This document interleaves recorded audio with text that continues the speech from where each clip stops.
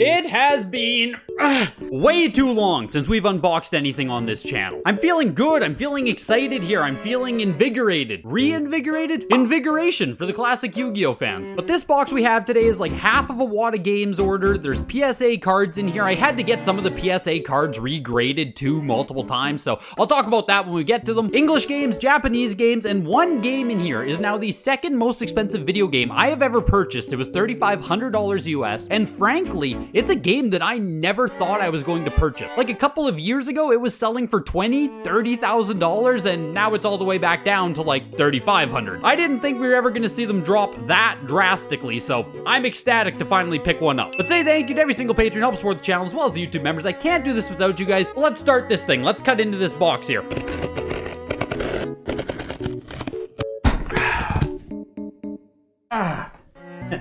So this is what it actually looks like inside of there. So you can see the games are nicely lined. This is not going to be in any particular order, and I already do know the grades of the games in here. This isn't blind for me. But if you guys want, I can still give you some big reacts. Oh my god, no way! I can still give you the pure experience if that's what you're here for. But let me put this down here. That box is like genuinely heavy. That's probably 15, 20 pounds worth of games right there. So we're going to start off here with original Xbox, and this is just an upgrade for myself. I used to have a raw copy. It was that classic thing of I bought the raw copy off of Facebook or whatever, right? And the guy's like, oh, mint condition. And then I get it in and it has a rip. It's all scuffed up. You know, it wasn't worth the money returning it, but it wasn't a nice copy. I was never going to be happy with it. So at auction, I finally found a 9.4 A+ copy. And this is Fallout Brotherhood of Steel on original Xbox. I've never actually played it myself, but it was always a bit more of a collectible title on original Xbox. And it's part of the Fallout series, or at least it has the Fallout name on it. So it's kind of neat. But I think this cost me like 116 US, something like that. I wanted it open auction and then I just sold my other copy. So my actual math, once everything was said and done, it cost me about $60 US to go from like an 8.5, 9.0 raw copy up to a 9.4 A+. Now this is the copy for my personal collection. This next game is better in every single way possible. Like, you're gonna like it more, I like it more, it's more popular, it's more expensive, it's just better in every single way. The next game we have here is, man, this is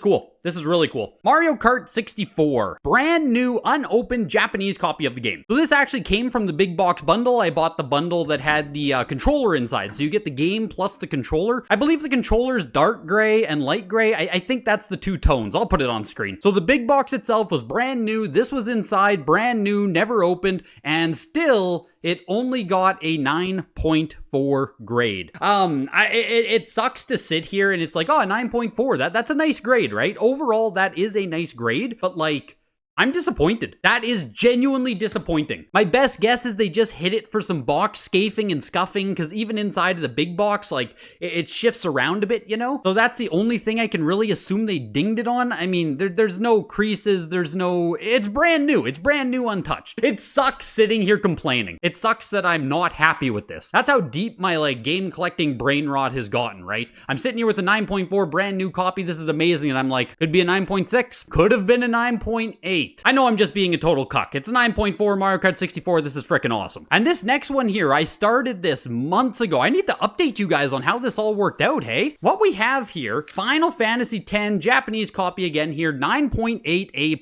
Now, I was making a little bit of a trilogy, a series following how this was happening, because I bought 4 copies of this game, right? Out of Yahoo Japan auctions. I bought 4 copies. I got all 4 of them graded with WATA. They all happened to grade 9.8 A+, so that was amazing. And then my plan was to sell off 3 copies while keeping one for myself. So this is the copy I'm keeping for myself here. I've sold off 2 of the other copies, which they actually did really well. I think it was 310 US and 380 US respectively. After selling both of those other copies, this is already almost free. Once the next copy sells, like, this is fully going to be free for my collection. And that is basically the best thing possible, right? I 100% resell to fund the collection. This next one here, I just blindly bought off eBay and hit an absolute jackpot. I mean, it's not really that valuable, but it's really freaking cool. We got Tekken 6. It also has the hollow sleeve included, 9.8A++.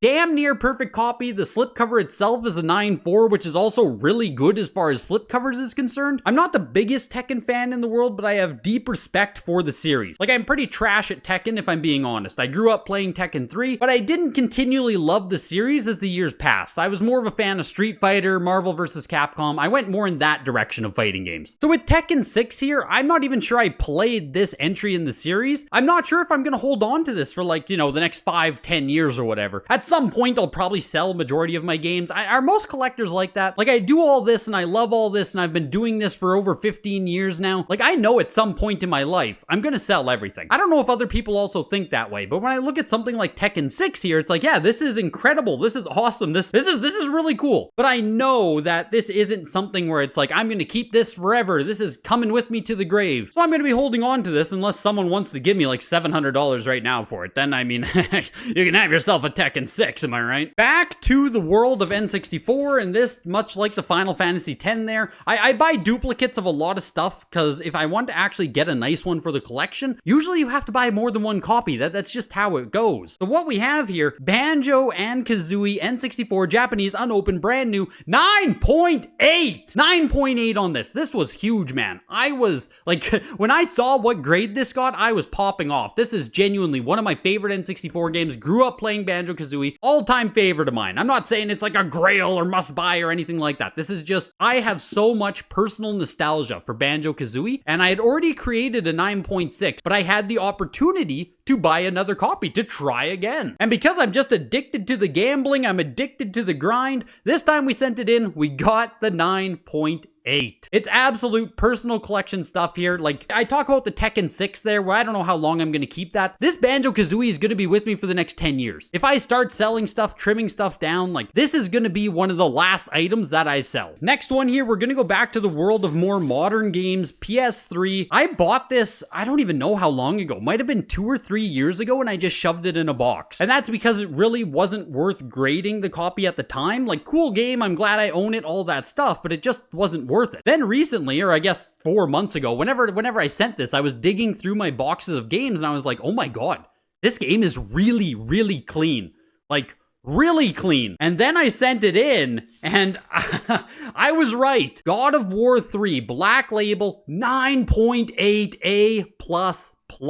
Insane. Insane. Is God of War 3 rare? Absolutely not. Right now on eBay, right, you could go buy a raw copy of this, like 30 US, maybe 40 US right now. But getting perfect grade stuff, it's like that Tekken 6, right? It's not special on its own, but it's special to get it in 9.8A++. That is where this excitement comes from. All right, enough delaying here. We'll go with the biggest game in this entire order. Like I said, I'm baffled I even am able to own this at this point in time. It's on the N64, one of the greatest games on N64. It's even a North American copy. I know you guys think I always just buy cheap Japanese versions. Not this time. Super Smash Brothers. 9.0A+ factory sealed copy of the game. Like I said, no joke, like 2 years ago, copies of this in 9.0 grade were like, I think $15,000 to $20,000. That's no exaggeration. I think it was like a 9.4 copy that sold for over $100,000 or something. The 9.8A++ was like over 200,000. Absolute craziness, right? Like, made no sense whatsoever. And I actually got this off of Reddit, of all places. So someone posted this up raw and they were like, hey, I just got this game in a bundle. Is it legit, right? That was their first question. Is it legit? And of course, Reddit game collecting, you have a lot of people who just don't really know a lot about factory sealed video games. In general, it's hard to find people who are experts in factory sealed video games. So this Smash Bros here has a vertical overlap seam down the back. It's a seam that's commonly found on some N64 games, including Smash 64. So I 100% knew it was authentic and I offered some advice like, hey, it's real, all that stuff. And then I sent a DM like, hey, would you like to sell it? He was open to it. I made an offer of $3,500, which honest to God was probably too high. Like, given that it graded out 9.0A+, I think $3,500 is like almost absolute fair market value for it. especially for a raw copy. I fully thought it might grade higher based on the photos. I was hoping for a 9.2, I was hoping for a 9.4, in which case I would have done pretty well, right? It would be worth like $4,000 or $5,000. But as it stands, I paid almost exactly what it's worth. And I'm not mad about that. Like, I don't care whatsoever, right? Fair price for me, fair price for the seller. Everyone's happy about this transaction. I always like to be on the winning side of a transaction, don't get me wrong, but there's nothing wrong with just paying what something's worth. I know this whole community of like reselling, collecting, all that stuff, you're like an idiot if you actually pay market value. Sometimes if you actually want something that's special, or if you actually want something that's like, I want Smash 64, right? I want it in near mint condition. If you actually want something like this, you're kind of just gonna have to pay for it. There's certain stuff where you're just not gonna find it at a grad sale. You're not gonna find it at the game store underpriced. Some people understand that. Some people will never do that. They just buy whatever they find cheap. Doesn't really matter. Do whatever the heck you like doing. Super Smash Brothers, Smash 64, it's just one of those all-time titles, really. I didn't actually own it growing up, unfortunately. We rented it multiple times. I got in so many fights with my older brother because it's Super Smash Bros, right? I mean, you're literally fighting in the game. We would then just fight in real life. So I distinctly remember mom, like, she took it away during one of the rentals, and then we were not allowed to rent it anymore. So that's why we never owned the game. We were literally just like too immature. The series, the game, just such an imprint on my life from literally the N64 all the way up to the Switch. Like, I'm still playing Smash Ultimate to this day. If the price goes up, price goes down, literally doesn't matter. I'm not going to be selling this anytime soon. Man, I'm like, like out of breath. I'm so jazzed up about the N64, and now I'm trying to follow that up here. I'm gonna follow it up with an Xbox 360 game that costs like, what, $50 maybe? But here's a little pre-order code. We have the last remnant 9.8A plus copy of the game. I am buying Xbox 360 games, and this has really nothing to do with the game store closing. I know there's like some hype, some FOMO buying up 360 because, oh my god, the 360 store is closing! Like, I'm not buying these because of that. This just happened to be a good price, and the seller listed this game plus multiple other 360 and PS3 titles, and all of it looked like it was coming from a curated collection. And as you can see with the 9.8 plus grade, like, I might have been right in my guess about that. This little pre-order code here, I'm just gonna read the back. It's been so long since I played The Last Remnant, I don't even remember what this really means. But when you start the game with a profile with the download code, you get the formation scrolls for Scatter Swarm, Goblet, and Catapult. I played Last Remnant in its entirety. I think I actually got all the way to the final boss, or the final engagement, the final combat section. It's like an hour, 2-hour gauntlet where you go through 8 to 10 fights in a row, and it's extremely difficult. So I don't know if I ever actually beat the game, but I got all the way to the point where I almost beat the game. It's a cool RPG, it's Square Enix. What more excuse do you really need to collect something, right? Next up is a game I bought out of Japan, just because it was like, Yahoo Auctions Japan sometimes sells North American games. It's kind of hard to search for them, it's kind of hard to find them, but every now and then you come across a gem. And because it's selling in Japan, it almost never sells for as much as it would in North America. So straight up, I bought this because I'm probably gonna resell it, but like, man, Golden Sun GBA 9.4A plus. This graded higher than I thought it was going to. I did not think this was the 9.4A plus copy. I was expecting 9.0, 9.2. So like, hey, we take those, right? So this is actually the last video game of the day. Then we just have a little bit of PSA cards coming up. So this is Final Fantasy 9, Japanese 9.8A plus. 9 was never my favorite of the Final Fantasy games. I was actually watching a speedrun last night of Final Fantasy 9, and all I could think while watching the speedrun is,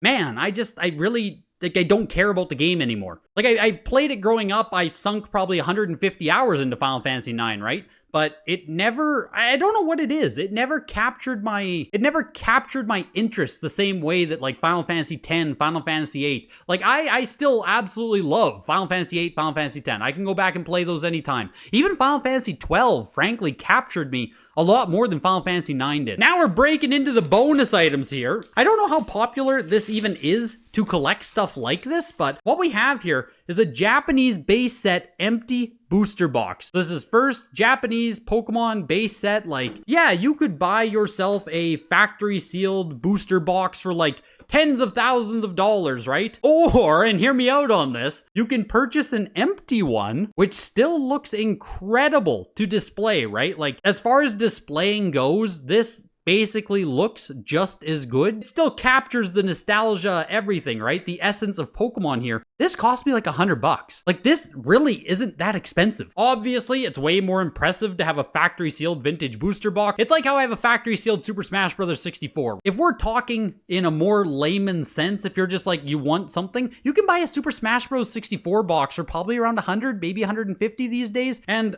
like I'm saying with this Pokemon box, displaying an empty Super Smash Bros. 64 box kind of has the same effect, I'll be honest. And then the last couple of things here, I think it's just, maybe it's one card, maybe it's two cards. I can't even remember now. I had to send this card to PSA 3 times in order to get the grade that I thought it deserved. Like, when I send stuff to PSA, when I send stuff to WATA Games, I always pre-screen myself, right? I write down the grade that I think it is. I've been doing this long enough now that I could be a damn grader. It's not that difficult. So what we have here, Black Skull Dragon, Metal Raiders, first edition, vintage, ultra rare holo, incredible card, right? Like, genuinely, incredible.